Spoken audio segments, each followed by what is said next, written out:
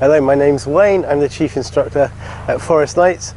I'm going to be showing you today with BushcraftUK.com how to make a bamboo mini bow using an axe, a draw knife and a spoke shave.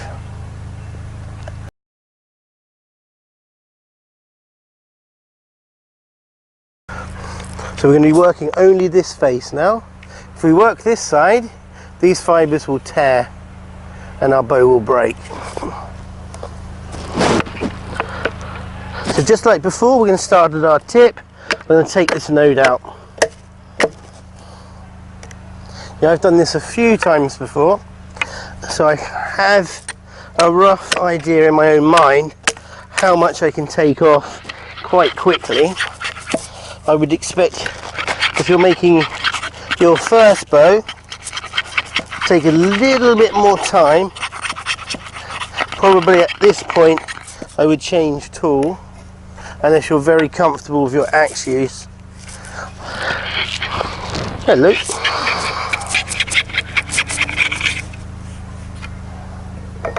No, I won't be cruel to the wasp.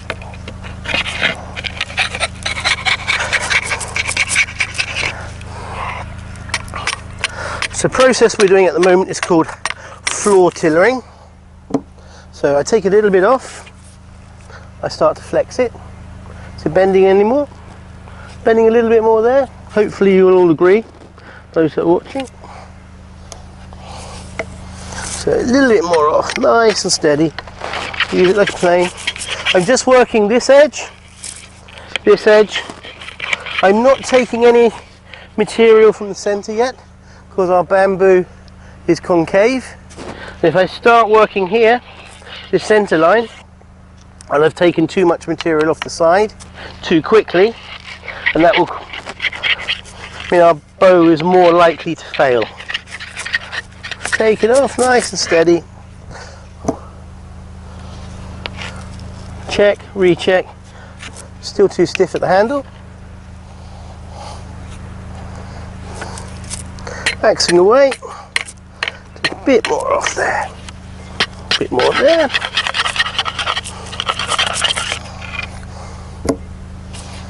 Bend again. So we're just reiterating the same process over and over.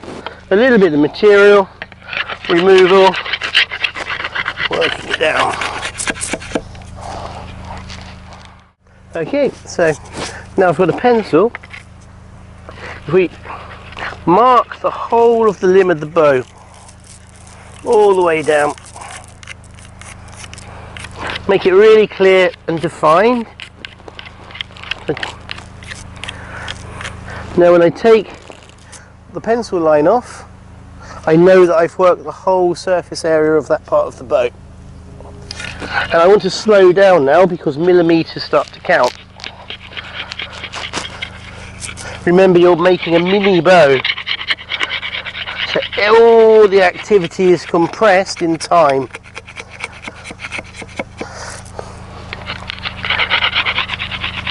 I'm just taking off with my bow, little bits at a time. The pencil marks are still going to be in the center because that's where it's concave.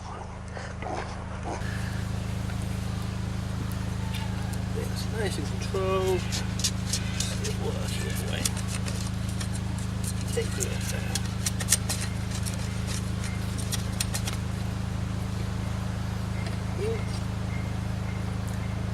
The nodes are a weakness in the bamboo. They're always going to be a little bit stiffer and a little bit more fragile, so I leave more material at the node.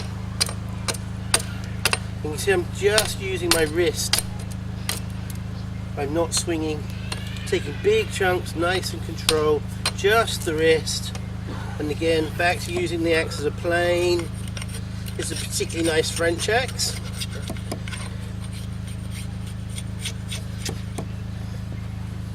The type of tool doesn't really matter. Any sharp cutting tool will do.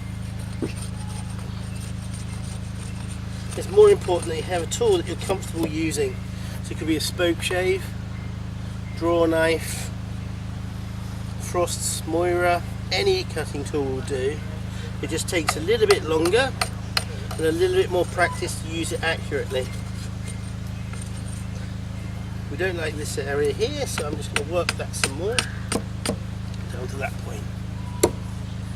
Yeah, we're going to test it.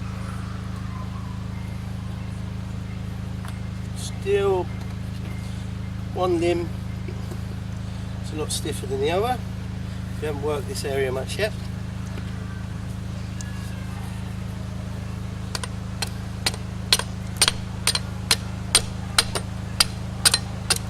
Can you see it vibrating now as I hit it? That's a good sign. That means it's becoming a bow. A bow is essentially a spring. It's a stick that we bend for a pole and we return. It wants to return to a straight stick. That's where the power comes from to shoot the arrow. So there we go. All down. Nice long strokes, getting rid of all of our tooling marks. Always put the axe down in a safe space whilst you're doing the tillering. You can see on this limb now, a lot more flex. Whereas on this limb, it's a lot tighter, a lot stiffer, especially around the handle here by this node. So we're going to take some more off here where it's stiffer.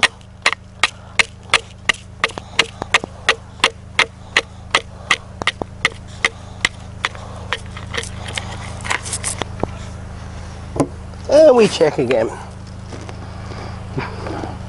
That's made quite a bit of difference now to the performance of the bow. And you can see we're trying to keep it as smooth and as flat as we can, eliminating as many of the tooling marks as possible. Make sure you've got a nice stable platform.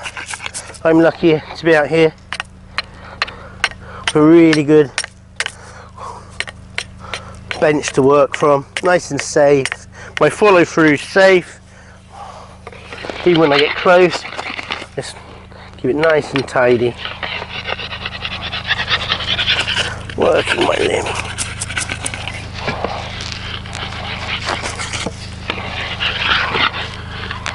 I'm chamfering this edge now, blending it because the sharp edges will eventually cut my bowstring.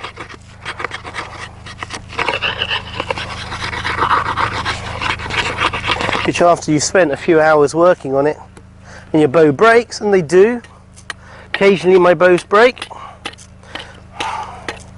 because there may be flaws in the wood that we haven't noticed, natural weaknesses.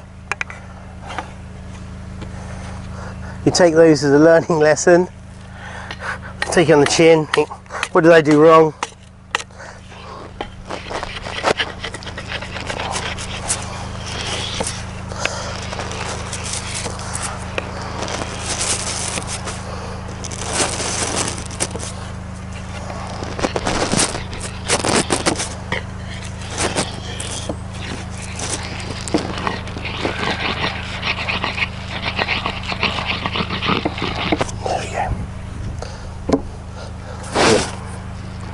At this point I'm going to change tools, something that's a little bit more accurate. Okay, so we're going to switch tools now from the axe to the rasp. This is a Shinto rasp. I often use a Farrier's rasp, Shinto's rasp, or we can use a cabinet scraper for really fine work. Anywhere where the grain is confused, it's difficult to work with a sharp tool, a cutting tool. If the grain starts to lift, then the rasp's our friend. And we use across the limb, as opposed to, you can see there's not a lot of dust being formed there. I'm not using the tool efficiently, but now much more efficient in its use. You see a lot of material being taken off. It's really easy at this point to work one part of the limb too much. Get carried away with the bit that's easy to get to, and then you'll end up with a hinge in your bow. It will bend too much here and not enough by the handle. So make sure you're working it evenly. So go back to our friend the pencil, marking it regularly.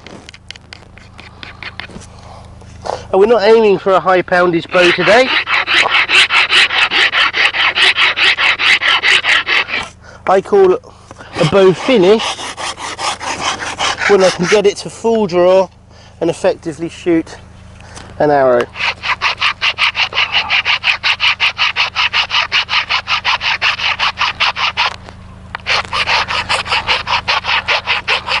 Because it's a mini bow, we have to get the whole of the limb working for us, including the tips.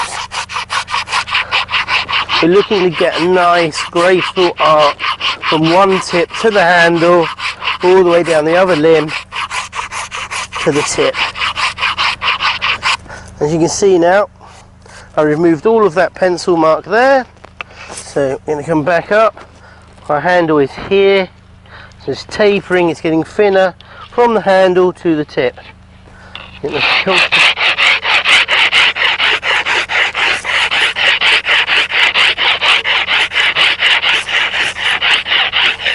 Don't forget, do a little bit, bend it, make sure it's bending, not too much.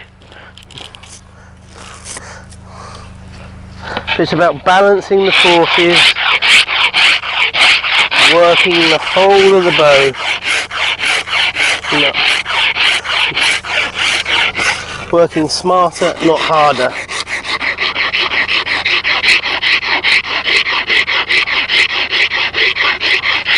Bushcraft is as much about enjoying the process as the end product.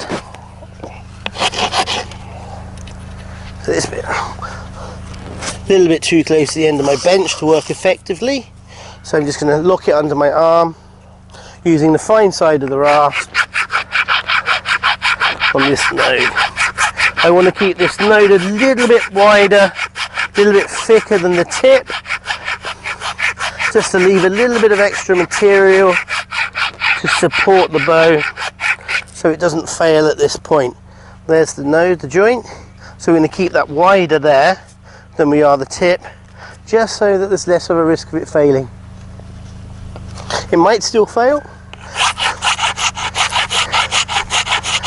So bow makers, bowyers, were well respected craftsmen in their own right during the Middle Ages.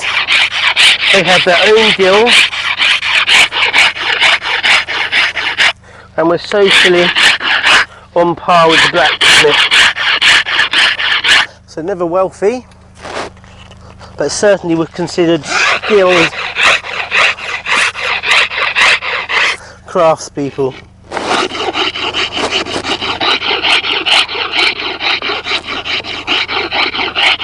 So just taking the corners off the bow as I go, so that I don't end up cutting myself on the bamboo as I work it. Which I've done more than once, and it gets a little bit dull, but most of the bows that I've worked have a little bit of my DNA in them. There we go. So we're going to have a look at how it's bending now. There's our centre line, that's where our handle's going to be. You can see, still pretty stiff, I'm starting to shake, but it is bending considerably more. I've dropped my pencil.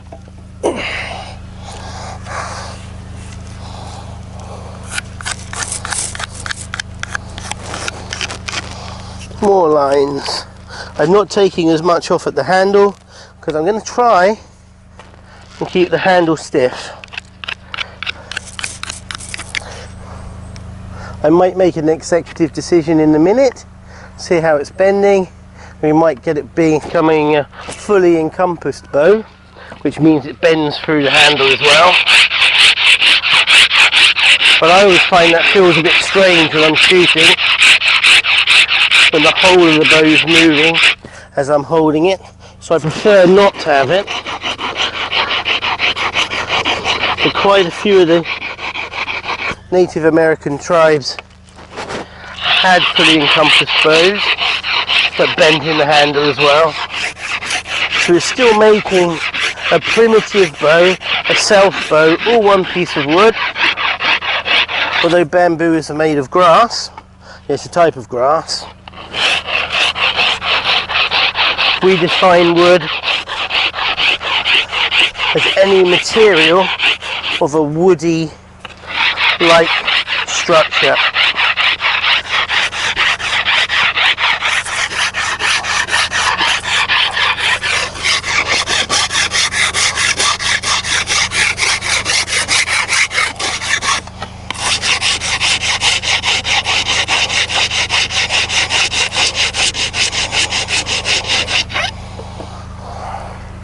So this is still floor tillering.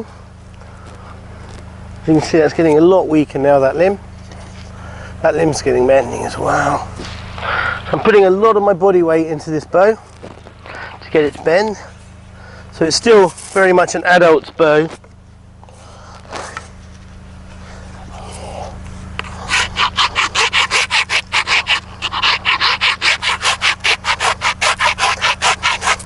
It's important to make sure I'm working the whole of the face of this limb.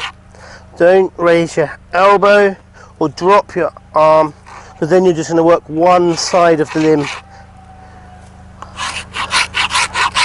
If this was ash, I'd have lots of growth rings to look at to guide me in how deep I was going, and ideally I'd want them spaced out evenly along the length of the limb. Being a tropical wood, bamboo, it doesn't have growth rings in the same way. That's one less indicator of how deep I'm going with the bow. So again, I'm getting quite happy with the bow now. You can see there are no tooling marks along here now, no deep gouges, grooves in the sides. Still a few, but they can come out as we go. Using the fine side.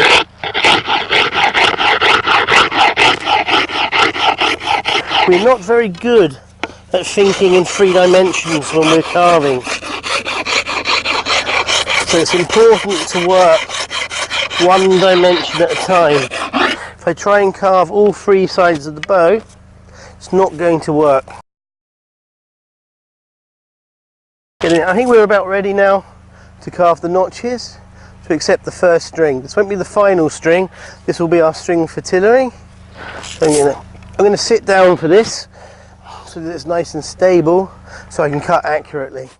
So I'm marking out the notches on the tips of the bow. This is where the string's going to sit. They need to be deep enough to accept the paracord that we're using. That's not the final string, it's going to be the string that we use to tiller the bow. And it's really important, and I get this wrong all the time, much to my embarrassment, to remember that bamboo bows we shoot inside out. So this is going to be the back of the bow, this bit's going to be the belly. Archers shoot belly to belly, so this is the back, this is the front, so our notches need to be cut sloping 45 degrees, roughly 10 to 15 mil from the top of the limb, both sides. We're not going to cut into the face, and we're not going to cut into the belly of the bow. So just cutting out of each of the sides. We're going to do the same at both ends.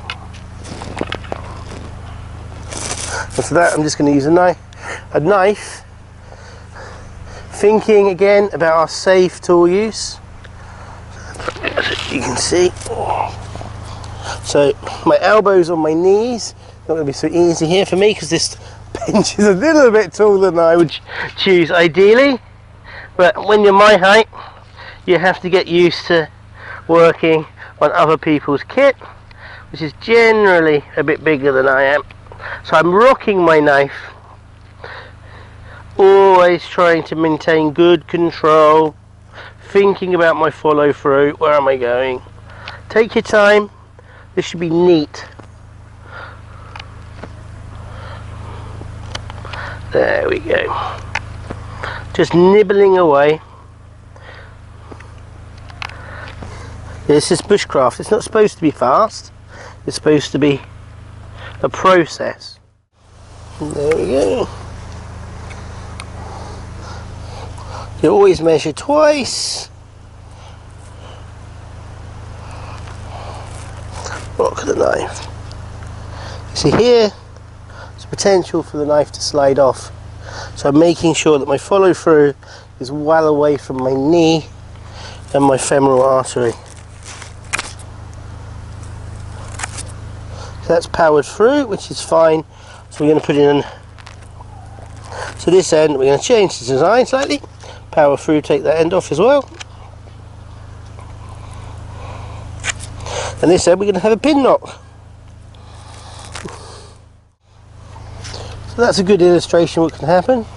So on this end we've got our traditional notches, and this end, because the piece of bamboo was flawed, it's split out, so we've put in pin knocks, which is also a very traditional design. So the string is just going to loop over the top.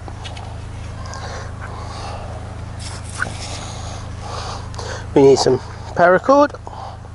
Any string will do for this bit. Doesn't need to be expensive. Gucci Kevlar string. This isn't our final string, don't forget. This is just going to be to continue the tillering process. So I've rough guesstimate on how long it's going to be,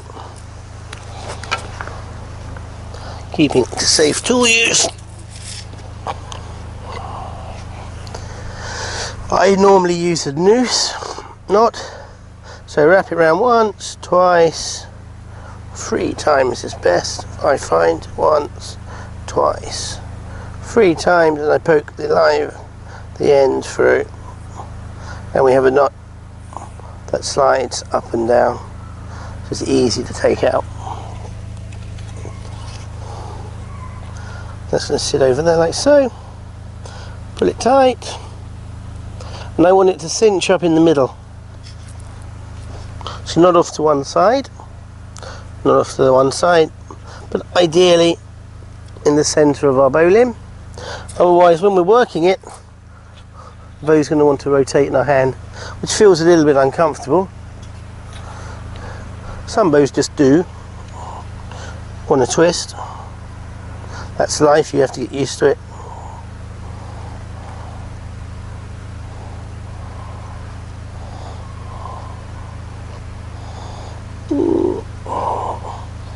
Ideally I could have cut this a little bit longer. Get through there. There we go, let's do one on there.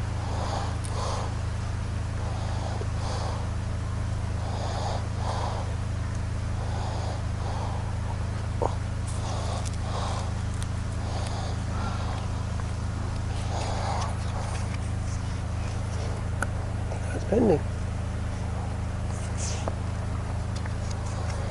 So our first pull of our new bow. Can you tell what it is yet? It should start to bend. You can see that my shoulder's shaking as I'm trying to get this close to full draw.